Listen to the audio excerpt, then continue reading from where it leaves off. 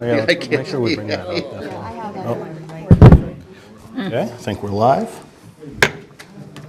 Okay, we will call this meeting to order, everyone. Mark the stenographer, if we're on the record. Okay, thank you.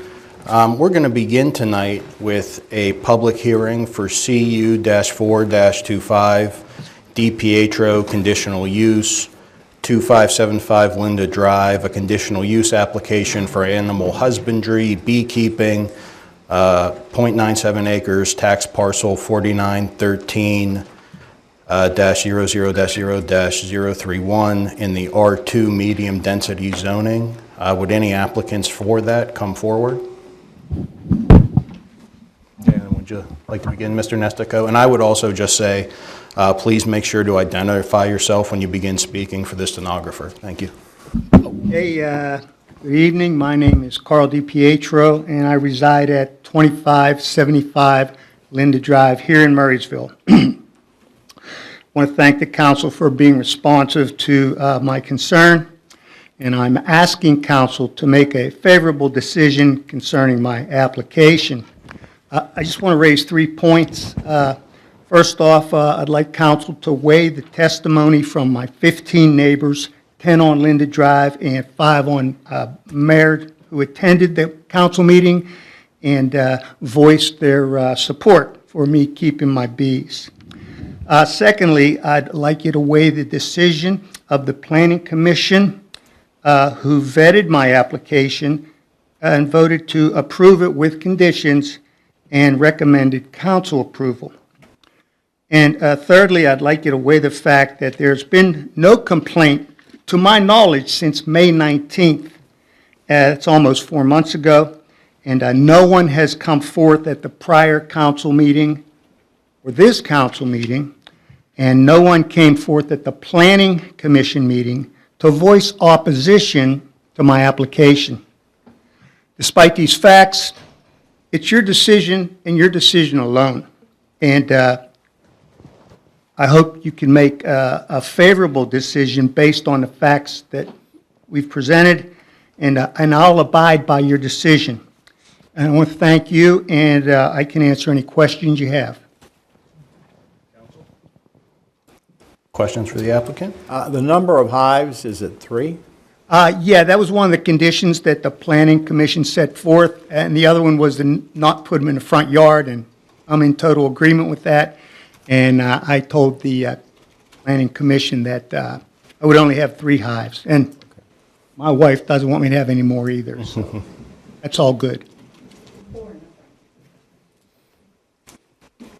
Okay, any other questions or concerns from council? Mr. Nestico, anything to add? Just briefly, this is a conditional use request. Mr. DiPietro lives in the R2 district. The beekeeping activity under our Murraysville zoning ordinance is considered livestock. And livestock falls under the definition of animal husbandry. And when we look at the use table, for the R2 district, animal husbandry is a conditional use in the R2 district. This, as the applicant said, this did go before the Planning Commission, who did recommend approval with the conditions as described. No more than 3 hives. Beekeeping activities will not be done for commercial purposes, and the hives or bee boxes are not permitted in the front yard. So staff has reviewed the application and the request as well. Staff does not have any further concerns, and so between planning, the Planning Commission and staff, there is a recommendation for approval of this conditional use. Okay, I'll just ask for the good of the order. Yeah. No, I'll just say, I grew up a block and a half, my parents live there now from where he's at, so I went and looked, saw where they're at and whatnot, and I actually spoke with some of the neighbors, and they were either, 1, unaware that they were there, or 2, they were, in support of it, so, That's I'll awesome. say that, so. I was just going to ask, are you okay with those conditions that Mr. Nestico just said? Absolutely, and I stated that at the Planning Commission meeting. Okay, wonderful. Any comments from the public at this point, only about this conditional use? Okay, seeing none, I believe we'll vote later in our agenda. It is listed as item 14A on the agenda. Okay, thank you, sir. Thank you. Okay, at this time, we're going to stay on the record and move into a new hearing. This is public hearing for CU 3-25, SP-3-25, and S3-25, Drake's Car Wash, a lot consolidation and preliminary and final major land development application, 1.16 acres, tax parcels 49-14-08-0-015 and 49-14-08-0-016 in B business zoning. Would the applicants please come forward? Thank you. And again, please just identify yourselves for the record. Thank you. And please use the mic if you're new. If you would please, counsel, I may be able to give a brief update. So this is several different items have been requested here from the applicant. Council, this is for a Drake's Car Wash location. Council may be aware that this project previously came through as Tommy's Car Wash several years ago. The applicant has essentially mirrored that plan. There are a few minor adjustments to the previous approved plan. The applicants can certainly go through that. This item was reviewed by the Planning Commission both in July and August of this year and recommended to council for consideration. So again, this was something that council had previously reviewed as the Tommy's Car Wash location. I believe the applicant then utilized the same engineering firm and kind of modeled this existing Drake's location as similar to the Tommy's location. So I can certainly turn over to the applicant for additional details. Mike, is this, the person from before is not involved at all in this property or? No, it's a new car wash, but modeling after the same previously approved project. Thank you for that. Good evening. My name is Jonathan Garcheski, project manager, civil engineer with the Gateway Engineers. With me tonight is Billy Elliott with BRP6 LLC, the applicant for the development. Thank you for that, Mr. Niseko. So yes, this was a previously approved conditional use application for Tommy's Express Car Wash. We are now proposing a Drake's Car Wash, essentially the same type of facility as was previously approved, and as was mentioned, the layout is essentially exactly the same, with the building being centrally located on the property between Route 22 and William Penn Highway, or Old William Penn Highway. The only difference is the previous plan had 2 queuing lanes for access into the car wash facility. We were proposing 3 queuing lanes, still meeting the required 100-foot queuing lane for a car wash facility. And then reduction in the number of vacuum spaces.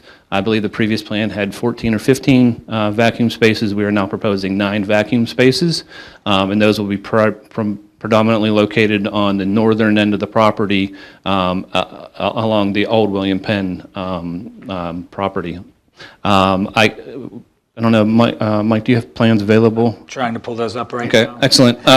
You do all have a copy of our conditional use narrative. I am prepared to go through each of those items individually if you so wish. Otherwise, all the conditional use requirements associated with the car wash are met and were reviewed and evaluated at the Planning Commission level. And then also with that, as we go into the plans either now or later, you will see the materials for the building as well as the glazing on the building, all meeting the requirements of the municipal ordinances. We do have several review letters from the municipal engineer as well as staff. Those have all pretty much been addressed with the exception of third-party approvals at this time. My only comment would be we currently operate 2 car washes. We have one up in Cranberry. We service about 4,000 members up at that site, and then we also have a site out in Wilkins at this point. You can cycle through. Okay. I can also pull up the other renderings as well. Just let me know what you'd like me to pull up. Yeah, so just a real quick, brief overview. This here is a drawing showing the existing property as it sits today. Route 22, Penn Highway on the bottom of the page, no worries. Just trying to maximize the screen size. Try that again. Yep. Perfect, thank you. Old William Penn Highway on the top of the page, and as you can see, there's currently developed with several Yep. I'm sorry. Yep, no problem. I'm good for that. At least once every meeting, so. So yes, it's currently developed with several buildings on the property. It's used as a former car lot. It's now vacant, not being utilized at all. And again, here's a copy of the proposed site plan. The building located centrally in the middle of the property. The dark hatched area would be asphalt paving. The lighter hatched area would be a concrete paving, which would denote the Q lane. Q lane is right here, 3 Q lanes under canopy, and then entering in this fashion into the car wash and then exiting and then going either way, north or south on the site. The vacuums, as previously mentioned, will be located in this northern portion of the site in the parking lot. And then to meet the requirements related to the sound ordinance as part of the sound study, there is a proposed and requested as part of the study sound wall, which will be located along this area right here. And that's essentially a PVC vinyl fence with foam material inside to help keep the sound on the property proper. So that's essentially the site plan. Again, the same format and function as the previously approved Tommy Express Car Wash. And then, Michael, if you have a chance to flip over to the site renderings for the building. Is this the one here? Yep, that's it. Thank you very much. So these are just renderings of the materials of the proposed car wash, essentially looking at 3 colors and 3 materials, or 2 materials, I'm sorry. The darker red will be a red brick. The darker gray and the light gray will be a split-face block, textured and colored. Integrally, it will not be painted. And again, these were items that were reviewed by the Planning Commission. The upper photo you can see is the side that will be facing to the east, which will be the exit. No, that's facing to the west. I'm sorry, that's the exit. Yep. And then the one on the bottom will be the one facing, is that right? North. Yep, north on the Old William Penn side. And then this is oh, there was one more. That's why I was confused. It wasn't the first one. So the top one will be the one facing to the east side. That's basically the entrance of the car wash. The bottom one is the one that will be facing Route 22. As you can see, the Q lane and the canopy. And then again, those are the ones we mentioned previously. And then this one is just a depiction of the glazing, meeting roughly the overall requirement of 20% for the entire building face. And then just 4 brief renderings and elevations and views of the facility from various locations in the municipality. That's all we have from a plan standpoint. Again, with the conditional use requirements, you have those. I can touch base on those if you so wish, but otherwise it's all part of the application. I think, council, questions, concerns? Yes, I did see some wording in what I was looking at here over the last couple of days about testing with respect to the noise levels, that it be done better if it would be done after construction is complete. Is that to your understanding? That is correct. That is one of the recommendations from the Planning Commission as well as from the noise study. That evaluation that was approved by a third-party reviewer for the municipality. That area that will be studied as part of that would be essentially the area near the exit right here. And again, that is just to ensure that the noise levels in this location are within the limits of the municipality ordinances. And my question is, if it's not within the levels acceptable, what do you do about it? You could put up a wall, you could also put up some sort of canopy at the exit as well. Yeah, the major. That would be your suggested solution, if you will, if the noise levels are too high. Yep. Yeah, so that'll essentially mitigate noise associated with the exit, and that's basically where the blowers are at for drying of the vehicles, which would be the loudest component in this location. Okay. I might just ask the chief administrator, until that's done, can they operate the car wash, or they have to have that done? Meaning, if the levels are exceeded, correction, they're indicating they would correct it, and they cannot operate the car wash until that's done? Yeah, that would be part of the requirements.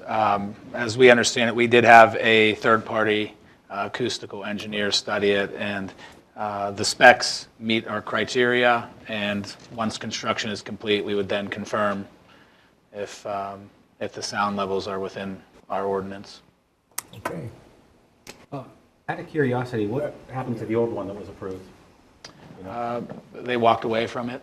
We're not quite sure, but they walked away from the project and obviously didn't follow through, so. I have a question. So the lighter area, which is your staging area, is that what you called it? The queue area, yep. Queue area. So being that all of your cars are going to be coming westbound on 22, you know, you get those days that's the first nice day of the year or whatever, where the car washes are insane. What is done to ensure that traffic is not wrapped out onto 22 to stop? Like, is that something that you guys address on the property? Because if it's coming from the old 22 side, you've got the whole parking lot and wrap around the building to be in line for, but 22, it's literally right there. So, you know, you get 15 cars try to pull in there. You know, that could be an issue on 22. I was just curious what. Kind of like Dunkin' Donut. What's that? Is it kind of like Dunkin' Donuts? Yeah. Yeah. Yeah, Dunkin' Donuts. So that's part of the reason why we put the 3 lanes in as opposed to the 2 for, to your point, it's those couple winter days that it actually becomes an Right. issue. It's not the other, 360 of the year. So that's why we added the additional Q The lanes. third lane. And obviously there's, with that, we increased the capacity by about 50%. So we tried to mitigate that, is where we landed. Oh, yeah. If they can't hear you, what do you have It's the- okay. Whenever you speak, yeah, please use it. Yeah. Yep. Would you like me to repeat myself? No, or it's up to you. No, I'm fine with it. Yeah, I think it's okay. Any other questions or concerns from council? Just one quick one. The vacuum rendering I'm looking at, is that one of those installations where there's a big central vacuum and that's piped down to each of the stalls? Yes, and that basically the producer is all enclosed, so that's enclosed as well, and that's rendered there. Okay. Down the one end, there's kind of a Correct. wall around it. Okay. Yeah. There was a question asked at Planning Commission, and I'm not sure that it actually got answered, so since you've had some time, I'm sure you probably know what I'm going to ask. Is there any downtime in the noise from the vacuum? Is it constantly on, or is it only on when one of the 7 or 8 vacuums is in use? It is on when it's in use. When it's plugged in, it is not on. So no noise? Yeah. Okay. My other question is, do you happen to have a schematic, maybe I missed it, of the signage on the building? Different than what's provided there, I guess, or? I guess I wanted to know, like, is there going to be blinking neon signs on the building saying free vacuums or anything like that? No, there won't be that. There's the possibility, in our Wilkins location, we do not have an open or closed sign. We just maintain the same hours. In our location in Cranberry, we do have, it doesn't blink, but it has an open sign that turns on and off. Okay. Any signs will have to comply with our sign ordinance. Right, but you know what I'm talking Oh, about from absolutely, the last yeah. one, so. Is this the only location of signage on the building? There's one facing each side. So there's one facing Old William Penn and one facing New William Penn. Okay. Okay. And then there were obviously conditions that were put on by Planning Commission. You said you would discuss them. One was that the lighting plan need to be revised. Yes, I can speak to that. So following that meeting, the next day, I spoke with Mike and Emily, and the lighting plan does comply with the municipal ordinances. So that as presented and as submitted in the application package, it does meet the municipal requirements. Okay. Interesting. You've got two locations, Wilkins and Cranberry. Your customers are happy there? Yeah, I believe so. In Cranberry, as I mentioned, we have over 4,000 members. I think it's probably, if I had to guess, the largest site in Cranberry from a membership basis, and that's because as I try to kind of educate the guys, it's trying to kind of create that Chick-fil-A culture, and that's easier said than done, but that's the direction that we're trying to push the car wash, yes. I know that customers can be finicky at times, but has any of them resulted in any litigation against you? No, never litigation. The only issue that happens at any point is there are, damages to cars, and, sometimes it's a result of equipment, sometimes it's a result of user error. So, yeah, that has to be worked through. Okay, any other questions or concerns from council? What was the waiver? What was the waiver you were requesting again? Yeah, there are several waivers that were that were previously approved as part of the prior application, and it was strictly associated with providing additional narratives to meet the application requirements. Nothing that would directly inverse or adversely affect the plan. Were there any conditions on this project? Michael? Excuse me. I don't believe so. The waivers, just to be clear, were like the hydrogeologic study, the environmental impact study, the air quality study. Those were all previously granted during the Tommy's approval. And I don't believe there were any conditions attached other than to obviously satisfy. Was there one about lighting in particular? It needs to be fenced? No, there was discussion at the Planning Commission. Mrs. Hoy actually was the one who spotted it, where there were certain sectors of the lighting that were too bright, I guess, if I'm interpreting it correctly, too close to the street. Yeah, her concern was related to the fact that she believed that the ordinance states that it's a 0.0 foot candle at the property line, and that's not correct. Based off my discussions with Mike and Emily after that meeting, our plan as submitted does comply, and the review letters from the staff as well as the municipal engineer do reflect that as well. Okay, thank you. And I can say the other ones, correct me if any of these are not just standard things, every development needs an HOP permit, NPDS permit, FTMSA approval. All three of those, yep, all three of those are standard and in progress. Okay, perfect. Yeah, thank you. All right, anything else from the applicant? Nothing else at this time. At this time, are there any members of the public who would like to comment on this project in particular? Okay, I think at this point, we can close this public hearing, and I guess we should have a motion from council to go off the record. I'll make a motion to go off the record. Second. Thank you, Mac and Jamie. All those in favor, please say aye. Aye.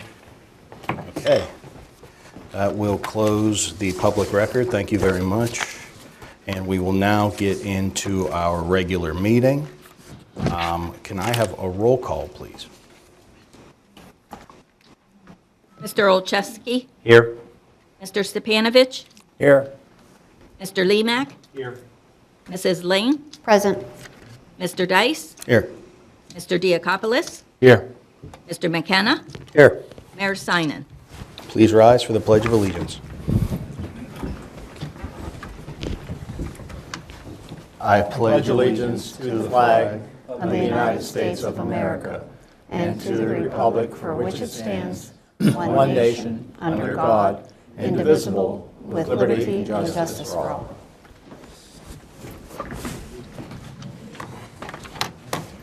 Okay. Yeah? Mr. Nestico, do we have any unlisted amendments this evening? None for this evening. Okay. Consent calendar items, only the approval of the minutes. Any questions or concerns about the minutes? Hearing none, can I have a motion? Motion to approve the August 19th, 2025 minutes? I'll second That. Thank you, Matt and Eli. All those in favor, please say aye. Aye. Opposed? All right, that is unanimous. That brings us to comments by the mayor. Mr. Nestico? Yes. Let's see here, we'll pull up the mayor's slide. The first item is that the American Red Cross is conducting a blood drive on Thursday, September 11th, from 10 a.m. to 3 p.m. at the Marysville Community Center. To register, please visit redcrossblood.org. Next item is the Community Connection Day, hosted by the Marysville Police Department in conjunction with the Franklin Regional School District. It's taking place on Saturday, September 13th, from 10 a.m. to 2 p.m. at the primary school at 4121 Sardis Road. Come out and meet and greet with the emergency service providers and other community service agencies. The Franklin Regional PTO will be having activities for children, and there will be food trucks on site. As discussed at our last meeting, this is kind of the replacement for the National Night Out. So they've kind of taken the event, rescheduled it because of the last cancellation, and then kind of expanded it quite a bit. So it sounds like between the police department and the school district, they've got a really nice event planned for Saturday the 13th. Next item, just to announce to the community, we're still seeking qualified applicants for the position of a full-time skilled laborer in the Public Works Department. For more information, please go to murraysville.com. If there are any questions, you can feel free to reach out to myself or the Public Works Director regarding the position itself. Additionally, there is a glass recycling pop-up event taking place on Saturday, September 20th at the Veterans Field parking lot, 4200 Sardis Road. The event takes place from 9 a.m. to 2 p.m. And residents are also encouraged to support the Loaves and Fishes Emergency Food Pantry by donating non-perishable food items. There will be food pantry volunteers at the pavilion accepting drive-through donations during those hours. And then lastly, the farmers market is coming to a close. We're in our final month here. Live music, food trucks, local vendors, and more. The event runs on Thursdays from 3 to 7 p.m. Up through September 25th, and that's at 3235 Sardis Road at the Marysville Volunteer Fire Company lawn. So that is all for the mayor's slides for this evening. All right, thank you. Any comments by the chief administrator? No, none this evening. Okay, that brings us to community input. Thank you.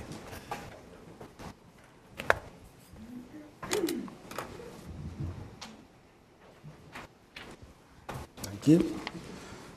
Okay, we have quite a few speakers this evening, so we will be sticking to 3 minutes. And we'll begin in order. Can we start with Mr. Dennis Pavlik?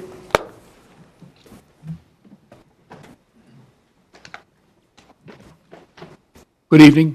I'm here to speak about the Summerhill Phase 2 development, S25- Oh, yeah, could you state your name and address? I'm sorry, for the minute? Dennis Pavlik, 229 North Duane Drive, Pittsburgh 15239, which is in Murraysville. Thank you. I'm here to speak, you've seen my previous comments on the Summerhill Phase 2 development. I think your briefing is a pretty good start. And basically, I don't think the people on the road really object to, the development. We understand there's going to be some inconvenience. What we'd like to see is that, as your briefing paper said, that everything is pinned down. We have an enforceable agreement with the developer, and we kind of understand specifically, what's going to be done. There's that one issue is the culvert. You can say you're going to put in a culvert and you're going to pave a road, but I've had the guys come to my house with the load of asphalt, going to pave my driveway, as opposed to actually putting in a real driveway. So I think it's important that these things be well-defined before the agreement is approved, and that we get these things locked down in actual real drawings. Here's where we're going to put the sewer, here's where we're going to put the sewer, here's how long it's going to take. It's a very narrow road that you can fit one car on, and it's a dead-end road. So we don't want to be trapped in our houses as this construction is going on, although we do understand there's some inconvenience. And I think the letter of intent that the developer presented to us, in principle, I agree with, and there's my other neighbor that don't seem to object. I don't want to speak for them, but basically, we're saying this standard thing that you have relative to this, your briefing paper, if we could enforce that and have an enforceable agreement that says exactly what's going to be done, how it's going to be done, the dimensions of the culvert, the sewer line, how it's going to get put in, who's going to be serviced, et cetera, would be an appropriate thing prior to the approval. You know, I'm working on a Navy ship, and we've been approving their drawings with liens. And then our soup ship people, who are the ones who actually inspect the stuff, write up these little cards where they don't actually do what they said they were going to do precisely. And so that's always been, they're jumping on us like, don't approve it till it's actually right on the drawing. And that's kind of, I urge you to give the same thing now because I'm in a different standpoint. So that's kind of what I'm looking for. And thank you so much. No, absolutely, sir. And that all sounds like things that will be covered in the developer's agreement, I assume? That's correct, yes. Thank you. So absolutely, everything will be in writing. Okay, that brings us to Ms. Gwen Shepherd, please.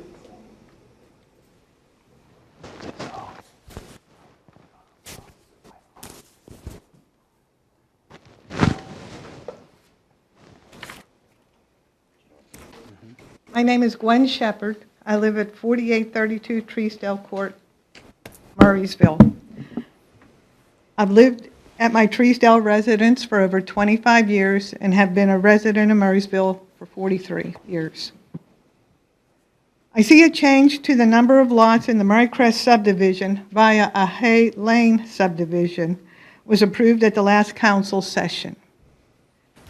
This change should trigger a resubmission of the Murray Crest subdivision plat for approvals. In doing so, council needs to review the Murray Crest subdivision plat in regards to my private property. The Murray Crest Minor subdivision abuts my private property, and I've come to find out that that plat makes references that imply it has rights to my private property. However, no property rights were or ever planned to be granted to the Murray Crest subdivision. To be clear, we are not and have never been affiliated with the Murray Crest subdivision. The references to my private property that are currently shown on the Murray Crest subdivision plat are untrue, non-binding, and were deeded without my consent or knowledge. Murraysville Council, Commissions, and Community Development Director are required to respect my property deed. Please remove all references to my property from the Murray Crest subdivision plat. Murraysville is required to respect the deeded rights on my private property. In doing so, I'm asking Murraysville to immediately revoke the trespassing activities they enforced across my private property from the Murray Crest subdivision. All right. Questions? No, thank you. I'm trying to think. We're not approving anything for Summerhill tonight or Murray Crest. I'm trying to think. Is there anything, should we then review prior to the next meeting or prior to that being on the agenda to ensure that the plat is correct? What should we? I think that Mrs. Shepherd is referencing something that was recorded years ago. Her concerns that were brought up at the last meeting were regarding the Hayes subdivision, which was approved last meeting. But the references to the Murray Crest subdivision are items that were recorded many years ago. Okay. They were recorded in 2016 without my knowledge. I did not find out about them until very, very late in 2021. We have been over here since 2020 with issues from this Murray Crest subdivision plan trespassing across my property. Okay, I think at this point, since this involves the county, we're going to have to look into this, and I know we said it last time. Is there some way, or honestly, you're also going to have to involve the county. I mean, if it is your property that you believe has been impacted by an improper survey, that the... It's not a survey, sir. It's not a survey. It's rights. They are trespassing across the entire length of my property. So when you say trespassing, I mean, is that something, if people are walking on your property without... Walking, driving, you name it. Are you referencing the roadway that goes up to those homes above you? Is that where? My driveway, yes, that's my my driveway, it's my private property. So there is civil litigation that's active about. Yeah, there's active civil litigation on this, correct? Yes, but Murraysville is not involved. I'm asking Murraysville to do their job protecting their citizens. Okay, we'll have to investigate this more because, so we're dealing, when you say trespassing, we're talking about that driveway and who does it belong to? I mean, this It's my is, private property. I will say though, I mean, this is active litigation. It has a case number at the Westmoreland Yes, it County does. Courthouse. So we'll have, anything we would talk about doing something as a municipality, we would have to discuss in executive session. So we will discuss this again. Thank you. To be clear, nobody owns that property except my husband and myself. There is an easement across it for 4 specific addresses, homes. None are the Murray Crest subdivision.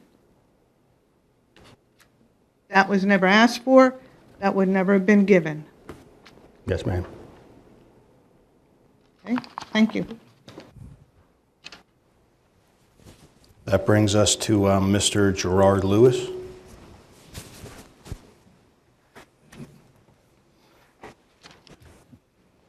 My name is Gerard Lewis Schreiber. I live at 5211 School Road South. This issue that just came up, I became interested in it myself at the Planning Commission.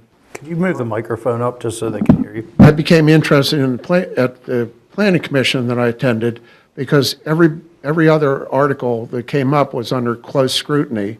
But when this issue came up, the board member stepped off the thing, came around here, said, "This is what I want to do." Everybody said, "Sure, no problem." Now, he has this Murray Crest plan. You need to look at it because your own regulations say you can only have 5 properties in a minor subdivision. There's 5 now. If he keeps subdividing it, it is no longer a minor subdivision. And it also stipulates under your own rules that all those lots have to have access to previously existing streets. You can look at any plat map right now, and you can see at least 3 of these lots are completely landlocked. And depending on how the developer subdivides it, that may be 4, 5, or 6 more that are completely landlocked. The previous speaker, Mrs. Shepherd, I've been to the end of the street. It's a football field, 300 feet from Murray Crest across the Klein Plan subdivision. I don't know about you people, but if I had triaxles and trucks and cars and personal people driving back and forth across your front yard, you'd be offended by it and you'd take action. And that's one thing I wanted to raise here. The other point I wanted to raise was when I went out there to look at it myself, one of these houses, there's 2 houses that are landlocked that are currently trespassing on their private driveway. One of the houses is beautiful. The other house is homemade. How are these people living in this? The house has been under construction for 5 years. It's not finished. From 100 yards away, you can see a dozen zoning violations, construction code violations. It's a farce. It looks like Braddock, not the nice area. It's a shame. Do we not have a zoning officer to go look at this? If it's a homemade house, who does the wiring? Who does the plumbing? You can look at it, you can see there's foundations that aren't right, that aren't supported, retaining walls that are already collapsing, unfinished green board. And there's people living in it. It's an unfinished house. I mean, I'm speaking here. I've built homes here, and I appreciate the fact that you have rules. You make everybody else toe the line to whether it's lighting, car traffic, sound. But for some reason, this developer is allowed to do whatever he wants to without any recourse, and these people are allowed to build homemade houses that are fire traps and dangerous. I just want everybody to be, aware of it, and I hate to see our borough placed in liability because of somebody else's shortcomings. it's self-protection for us. No, Thank you. Thank you, sir. We'll absolutely investigate that and look into that further. Thank you. That brings us to Mr. Robert Shepard.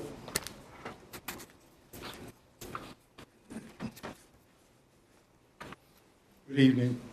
My name is Robert Shepard. I also live at 4832 Treesdale Court.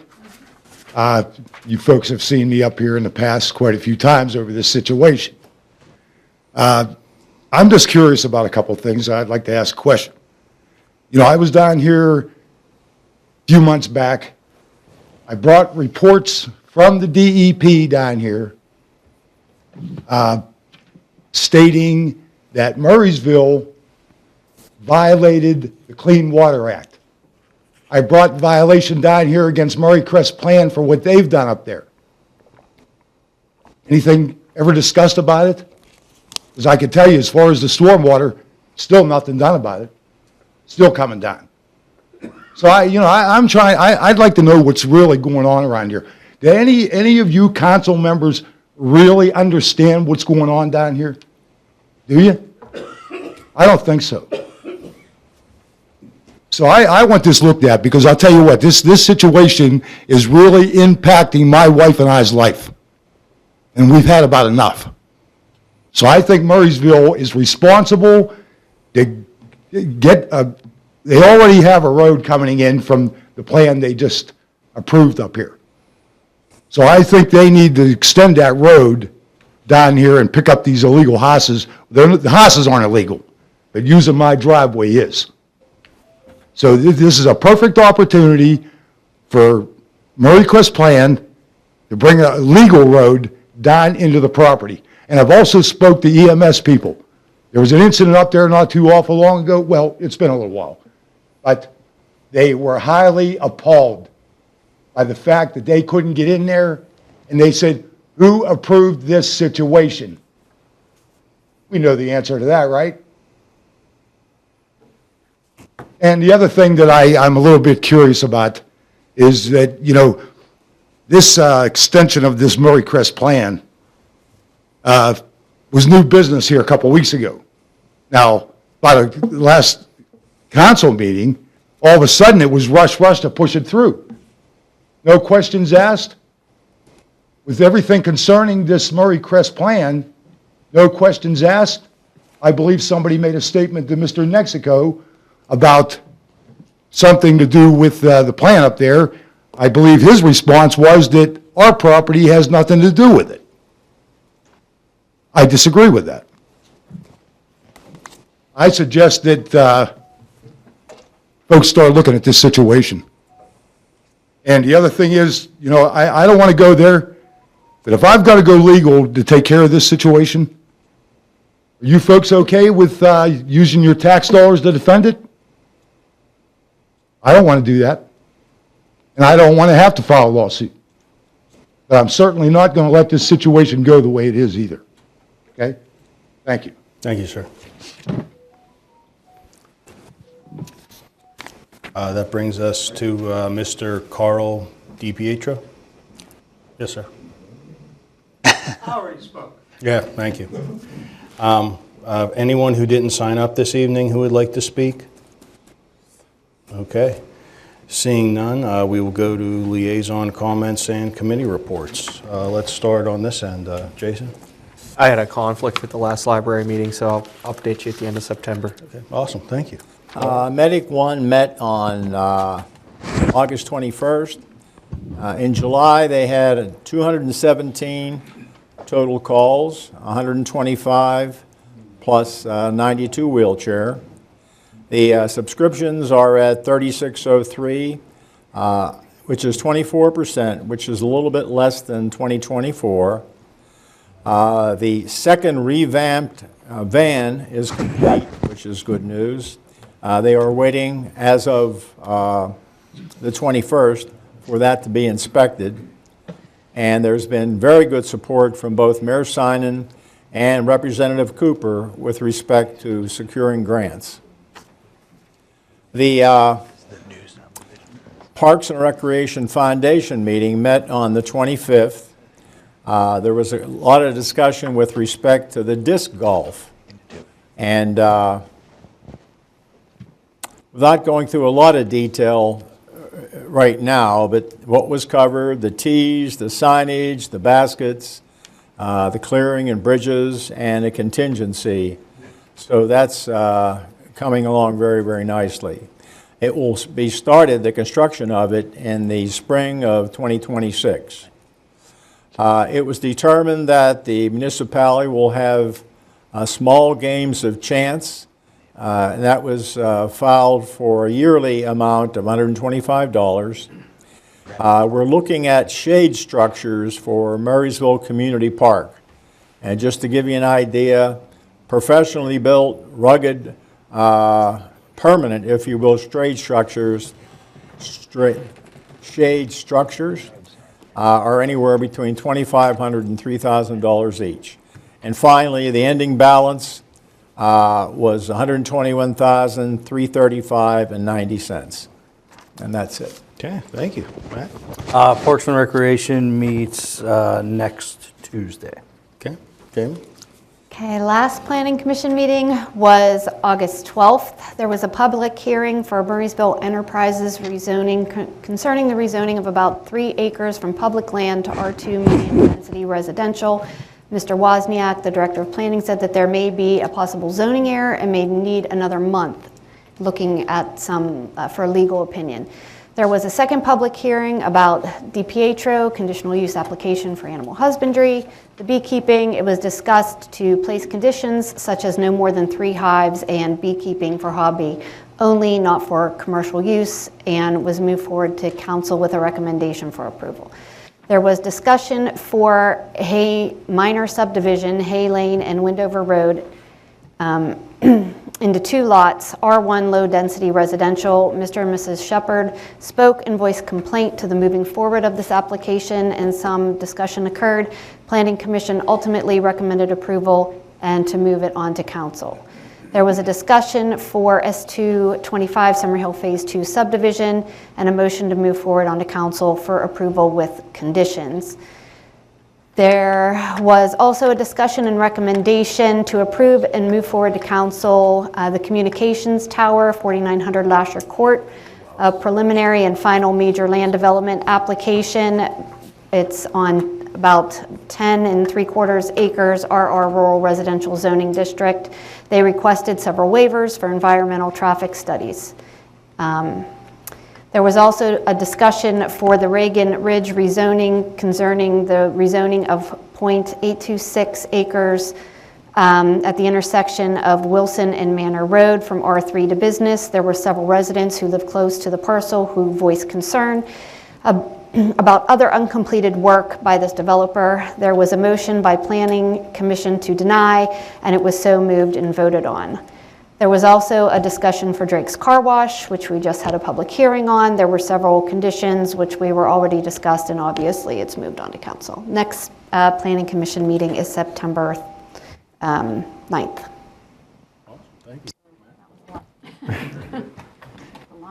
EAC, August meeting was postponed, no new council items, and next meeting is the end of September. Okay, awesome, thank you. Eli?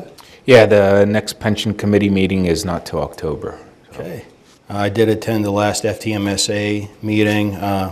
Nothing major. They continue to just be amazing in the amount of pipes and manholes they replace, and their meetings are worth it. So we'll just move on into our community development phase, and we will begin with a discussion of Drake's Car Wash. Is there anything to add from council regarding that conditional use application? I just have some of the same concerns Mac has, even though there are 3 lanes with it backing up onto the highway. Mm-hmm. And what it was, that 15 cars in the queue, I think, plus probably some going through. Well, the thing that has to be said, though, is, I mean, that's, if we want to start citing them, they'll probably stop doing it. You know, if you queue yourself on an active highway like that, that's a ticket. Yeah, I don't think you're allowed to do that, yeah. I have to speak on their behalf, as they've gone from 3-lane queues to from 2 to 3. Yeah. I agree. So that's a plus. That's, yeah. Absolutely. And I think, you know, as long as just as a business owner, which they're going to be a part of this community, if you proactively see the situation happening and have your employees take action to have people go down and come up Old 22 and get in line the other way, you know what I mean, just to ensure that that doesn't happen, I think you can kind of nip that before it does. But I agree that, you know, we approved it with 2, and, you know, they've Yeah, improved it by that's true. 50% Yep. at least, so that's a good thing, I think, so. Okay. If I may just add a few items. This was listed as a discussion item, obviously not knowing how the outcome would play out following the public hearing. There were a few remaining items leading up to today to address. One of them included ownership of the 10-foot alleyway that's there on the lot consolidation, stormwater management report, and a geotech report. So all of those items, I believe, were sent to our engineering staff today. I did take a brief look at them before the meeting this evening, but I think they did satisfy those remaining outstanding items. So if council would please, I can list the item as a approval at the next council meeting, but I didn't want to preemptively list it for approval until we made sure everything was cleared up. It sounds like through the public hearing and the submissions today, they've kind of tightened up everything that was outstanding. So if council would like, we can list it as an agenda item for the next meeting. Okay, any issues with that? Sounds good to me. Yeah, please. Okay, that will move us on to a discussion of SP-125 and S-225, the Summerhill Phase 2 subdivision. Mr. Nestico, do you want to kick us off with that? Sure, I can do that. And the developer is here and represented as well. This item has garnered a lot of attention from the neighbors in that particular area of the community. They've made a number of requests for right-to-know information. They've attended many of the Planning Commission meetings, and we've even heard another individual speaking here this evening. So by virtue of the concerns of the neighborhood and trying to get things on the correct track, we listed it as a discussion item so that council could field any questions or gather feedback from the developer on this project in hopes that we can have it ready for approval sometime here in the near future. There were a few outstanding items leading up to this particular meeting. I can certainly turn it over to the developer, who I think has addressed many of those items, maybe if not all. There was an agreement reached with some of the nearby property owners on North Duane Drive. There were some questions about the sewer outfall and cooperation with Plum and FTMSA. So again, we can have the developer express feedback to those items. And certainly, as we heard from the public comment today, the homeowners just want to ensure that the developer's agreement is accurate and reflects the conditions that are imposed on the project, and that everything is kind of ready to go before approval. So that is why it's not listed as an agenda item for approval, but it is ready for discussion, and I can certainly turn it over now at this time. Okay. Good evening. My name is Jeff Parabeck. I'm with Ascent Consulting and Engineering. We're the engineers representing Summerhill Development. As Michael had said, we've been through Planning Commission. The project consists of constructing 61 homes. It's an extension of Goldie Lane. And the previous Phase 1 of Summerhill, actually 40 units were not constructed with that. There were 2 apartment buildings that weren't constructed, as well as some other townhouses. So we're really only increasing the total number of units from the original proposed Summerhill development by 21. As Mr. Nestico said, we have worked with staff, Planning Commission, and your engineer to resolve comments during the planning process and the conditional use process. And to address a couple of the things that were brought up earlier, we've done detailed design at the North Duane Drive for the storm culvert that actually, I believe, was one that had failed, and someone just replaced it with a 4-inch pipe, which is way inadequate for what's down there. So we have detailed designs that have been submitted to the Conservation District for review and approval, and also your engineer has seen those as well. And then likewise, we've worked with FTMSA and Plum, submitted drawings to both of them and our specifications. We've received some comments, and we're working through those. Mr. Hall has actually gotten easements for both that stormwater outfall where it's going to cross the one neighbor's property down into the big ravine that's there, to be able to have a channel that's adequate for that stormwater outfall and to be able to facilitate that construction. And Mr. Hall has also gotten easements from almost everyone on Dwayne Drive who's affected by the sanitary. And again, the detailed drawings have been submitted to both FTMSA and Plum for that installation. The conditions that we had from Planning Commission consisted of consulting with the folks on North Dwayne to make sure they understood what was going on and to outline how we were going to repair and what we were going to install down there, which has been done. That'll all have to be finalized with the developer's agreement to make sure everyone has everything down in writing. The other thing is the planning module, which I spoke with Emily today to see if you all had received the final information back from Plum. FTMSA has approved their module for the planning module, and that went to Plum, and I've contacted their engineer to try to get a status on that, where that is. And the last one is the MPDS permit, which we received comments from the Conservation District and DEP, who's doing concurrent review with the Conservation District now. We've addressed most of those, and we have a meeting next week with Jim Pillsbury to basically do a pre-submission review of everything to make sure all the questions are answered. So with that, I can get you to answer any questions you might have, go into more detail if needed. Okay, council, thoughts? Yeah. On this subject, and not necessarily a question to you, sir, but is there a disconnect? I know that Mr. Pavlik had asked that a lot of items be included on the drawings, but is that necessary if it's in the developer's agreement? And that's a question that I would offer, or ask Michael if you have any opinion on that. I apologize, I was looking over a document here. Could you please restate? Yeah, sure. No, my understanding is that, and if I'm incorrect, just tell me, Dennis has indicated he would like to see a lot of the items on the actual drawings. And I guess my opinion is that unusual? If it's in the developer's agreement, does it or should it be on the drawings? That's my question. Sure. Mr. Stepanovich, it's my opinion you want them on the drawing because it's sort of a double reference. You can reference it in the agreement, and you can also reference the drawing in the agreement, so it is more unambiguous as to what has to be done and where, appurtenances or utilities or catch basins or inlets or whatever the case may be have to be located. So I think you want them in the agreement and on the drawings. I would agree. Is Are they on the drawings? And if I might add, that detailed design is currently on the drawings. It's under review by the Conservation District and has already been reviewed by your engineer and staff. Okay, so that was updated. Yes, that's correct. Okay.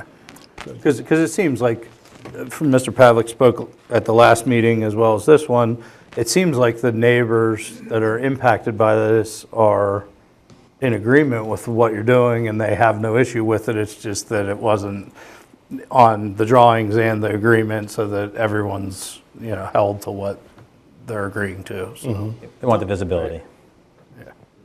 There are a couple legal issues that I would like to take a look at. Specifically, I think that the developer's plan is to extend the sewer line down North Dwayne Drive, which is a private road that was laid out on an unrecorded plan of lots. So there may be some issue as to whether that is a legally available right-of-way for FTMSA or the developer to access without the lot owners agreeing to the easement. I'm not sure when the unrecorded plan was laid out. On the assumption that it was more than 21 years ago, the public rights terminate. And I know that it has been an issue that was raised by the Planning Commission.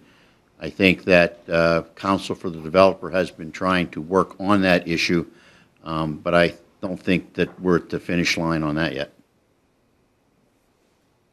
Okay. Any other thoughts from council? Just a question, remind me what types of units are going in there? These are going to be townhouse units, combination of duplex, triplex, and a couple of 4s and 5s within the development. Okay, thank you. Okay. All right, thank you, sir. Okay, thank you. Okay, that brings us to our council action items. Can I have a motion for 13A, please?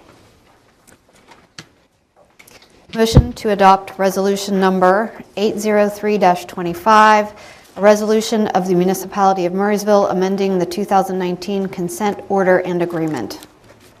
Second the motion. Thank you, Jamie and Carl. Michael or Wes, maybe? Yeah, thank you. This is in connection with the consent order agreement that was entered into with the municipality, multiple other municipal entities, and the DEP back in 2019. That agreement had various deadlines in it.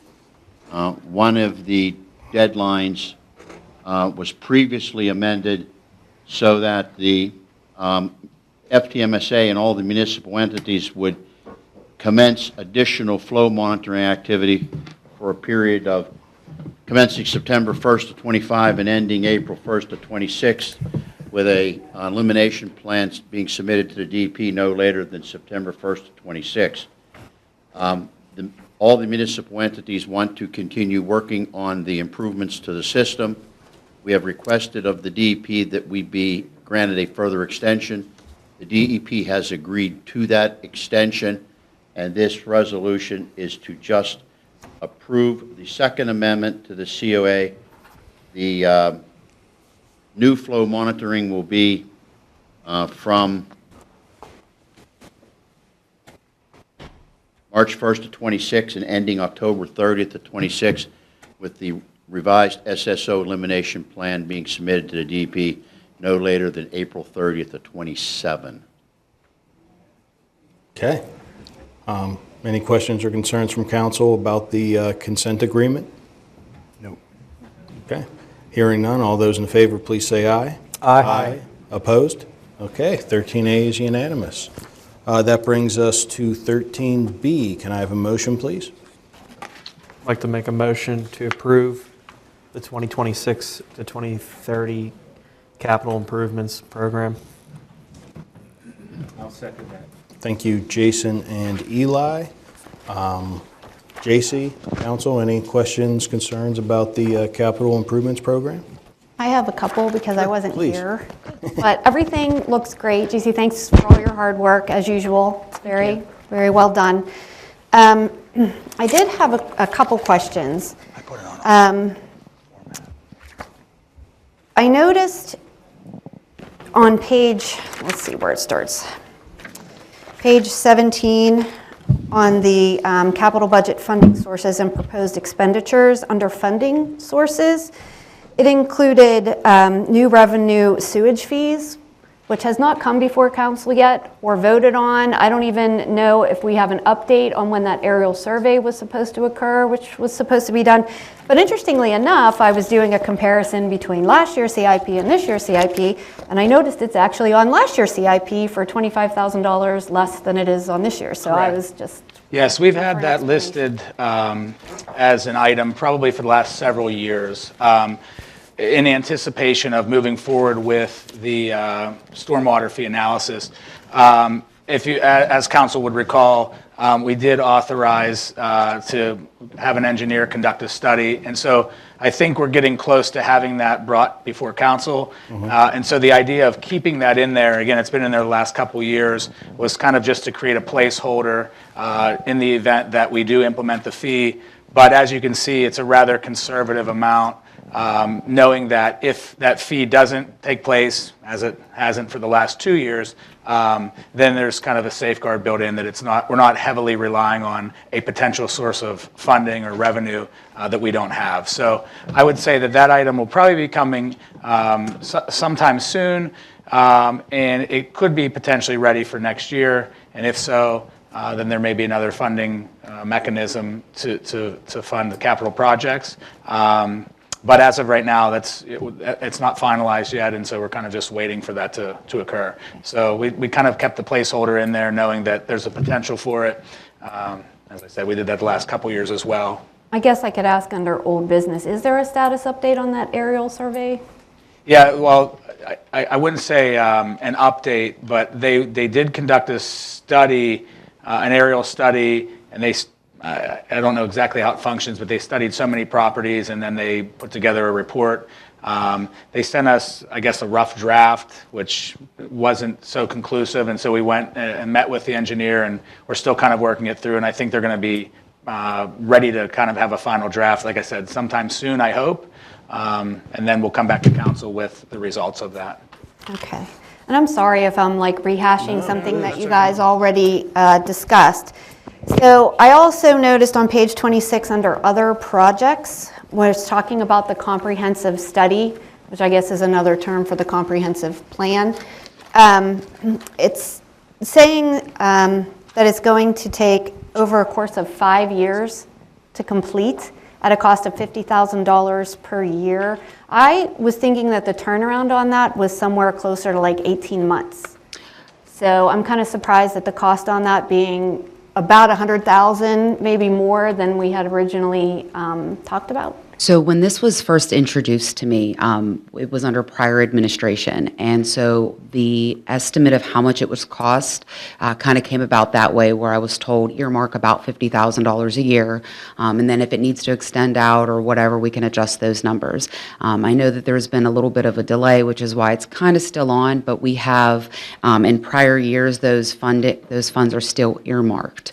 So we still have the funding available, but I'm not quite sure what the status is on that moving forward at this point. I just know that it's still planned because we're on that schedule where it's due to come up. Yeah, because if it was, the last one was finalized in 2013, we're already 2 years overdue. I'm sorry, I missed the beginning of The comprehensive plan. Oh, yes, that's something that, I believe I emailed council about this within the last few weeks, but it's something that I'm trying to get onto the agenda, to get a consultant, and I'm just working on putting together that bid package, or I guess request for proposals is what it would be. So I would say to expect that project will take place in 2026.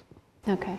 And this is another question, not so much for JC, but as I was going through on page 28, looking at the road infrastructure, and I'm looking at the roads for 2026 that are going to be improved. It kind of struck me about the average age of the road and when it's being replaced. And granted, I know there's several factors, the amount of traffic, the material of the road. But I'm looking at the biggest cost of $585,000, which is for Sardis Road from Old William Penn to Delmont, which is, linear feet, almost 17,000. So that's the longest stretch by far that we have here. But it also averages only 7 years versus some of these other roads, which aren't as well, traveled, but they're getting 26, 27. Is there something with the material that we can change, even if it costs a little bit more to get an average of 14 years as opposed to 7? You know what I mean? It's worth spending extra money to extend the life of the road. It's really a cost savings in the end, kind of spending money to save money. Kind of thing. Yes, so I can answer that, and I think that it would be helpful probably to get some feedback from our Public Works Director or the engineer, but I do know that they do different repair approach. They approach the repair differently depending on the road, and we have a fiber mat process, we have a repaving process, and sometimes they add a top coat in as well. So I wouldn't want to speak to all the specifics, but depending on the road, we do try different things to extend the longevity of a road. In this case, what I do know is that because it's a well-traveled road, that certainly diminishes the life of the road, regardless of the type of construction or the type of product that we use. And that's why this road doesn't have a long life, as compared to some of these other roads, which are within various neighborhoods and are less traveled. As we all know, Sardis is a pretty heavily traveled road. Yeah. So that is probably the primary reason why the age of the road doesn't last quite as long as the others. And you can see some of those neighborhood roads will last 20, 25 years. What I do know is that in conjunction with this, it's just worth mentioning to the community and council that the engineer and our public works director do go out and assess the roads before the paving project to ensure that they do have the roads that need to be done, trying to stay on schedule, but also recognizing that sometimes things occur where a road needs to be accelerated into the project, and sometimes we can back a road out if it's still in a decent condition while trying to stay within the budget itself. So I will talk to the Public Works Director and the engineer and see what options they may have, and I can report back to council as far as what the process is, especially for specifically Sardis Road, and what type of a repair that is, and whether there's other methods available to us to try to extend the life. And if you don't mind if I piggyback off that, the Public Works Director came in, if it was not last year, it was the year prior, where he was talking about a lot of the materials that they use for the overlay or the road repairs wasn't upholding to the level that he liked. And so he had came in and increased the expense for that material by a little bit to make sure that we were getting a higher quality of asphalt and materials when we were doing that. Now, I do know when it comes to the overlay program where we're using the state funding, that they have certain regulations and grade of material that they use that we kind of have to go in conjunction with, that state aid. And that might be one thing where the material might not be the same level as what we use in-house when we're doing that, where it might wear down a little bit more because the grading or the materials that are used aren't at the same quality that we've now kind of upped on our level in-house, but that might also come into play too. The Public Works Director probably wouldn't even mind coming in talking about it because It was just a thought as I was going through there, not an objection or anything to the cost, but just no, it was a good thought. A thought to possibly save some money. I think that's all of my questions. Is there anybody else that has any follow-up questions since last meeting? No, but JC, I just want to thank you for the presentation last meeting, the way that you presented it on the PowerPoint and broke it down. It was very, very helpful to kind of understand the flow of it and where it stood. So definitely, thank you very much for taking. Thank you. I appreciate that. It was worth it. Absolutely. Can I just also ask for clarification for anybody watching this, that approval of the CIP with that fee put in there is not an approval necessarily of the new revenue stream for the stormwater fee? I just want to clarify that for anybody that's and I think they watching. even explained that it's simply a Right. a token $25,000 placeholder should it ever be, put into place, but we're not even close to that yet. No, it was 175. Okay, yeah. Okay, any other questions or concerns before we would vote? Nope. All right, hearing none, we did have a motion. All those in favor, please say aye. Aye. Opposed?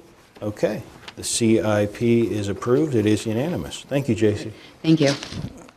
That brings us to community development. Can I have a motion for 14A, please? I'll make a motion for approval of CU-4-25 DiPietro, conditional use 2575 Linda Drive, a conditional use application for animal husbandry, beekeeping, 0.97 acres, tax parcel 49-13-00-0-031, R2 medium density zoning. Second.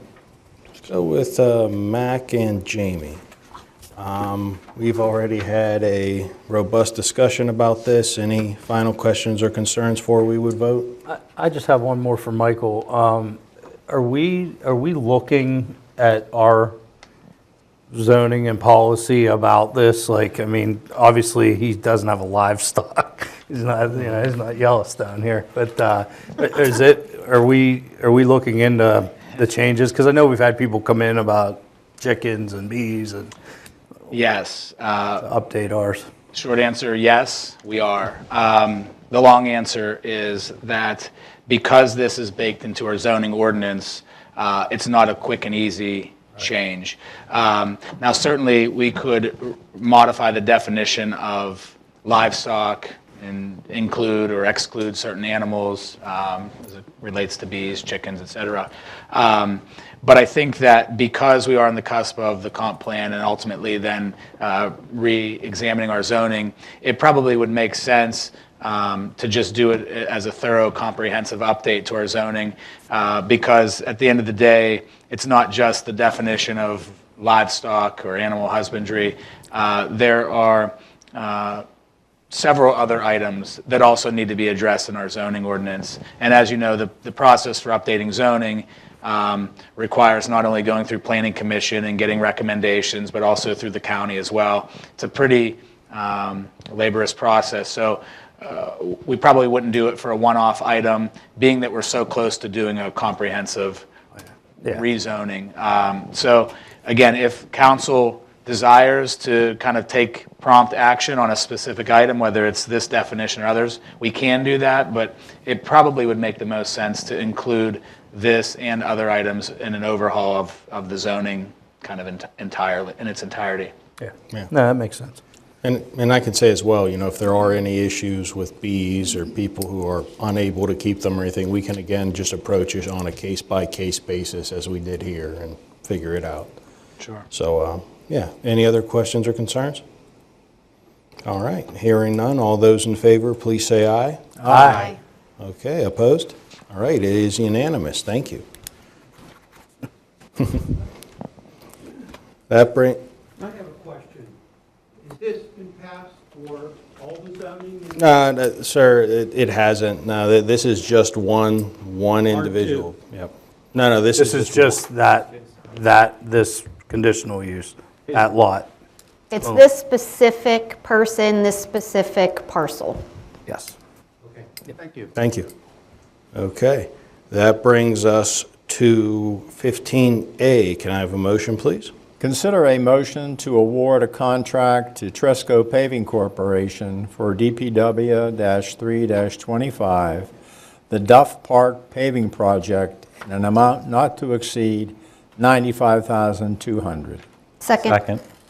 Let's go with Carl and Eli, or was that Matt? Sorry, Matt, you get that one. Mr. Nestico, anything to add? Pretty straightforward. Yes, pretty straightforward.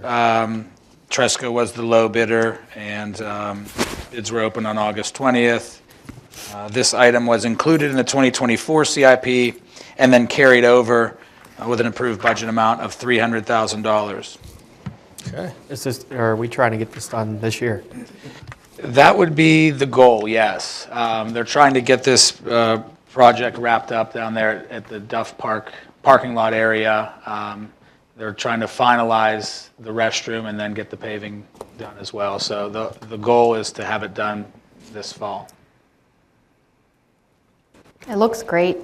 It really does. It's great. I'm there like every day. It's awesome. They have done a great job. Keep some good weather, we'll have it done here shortly. Right. Beautiful.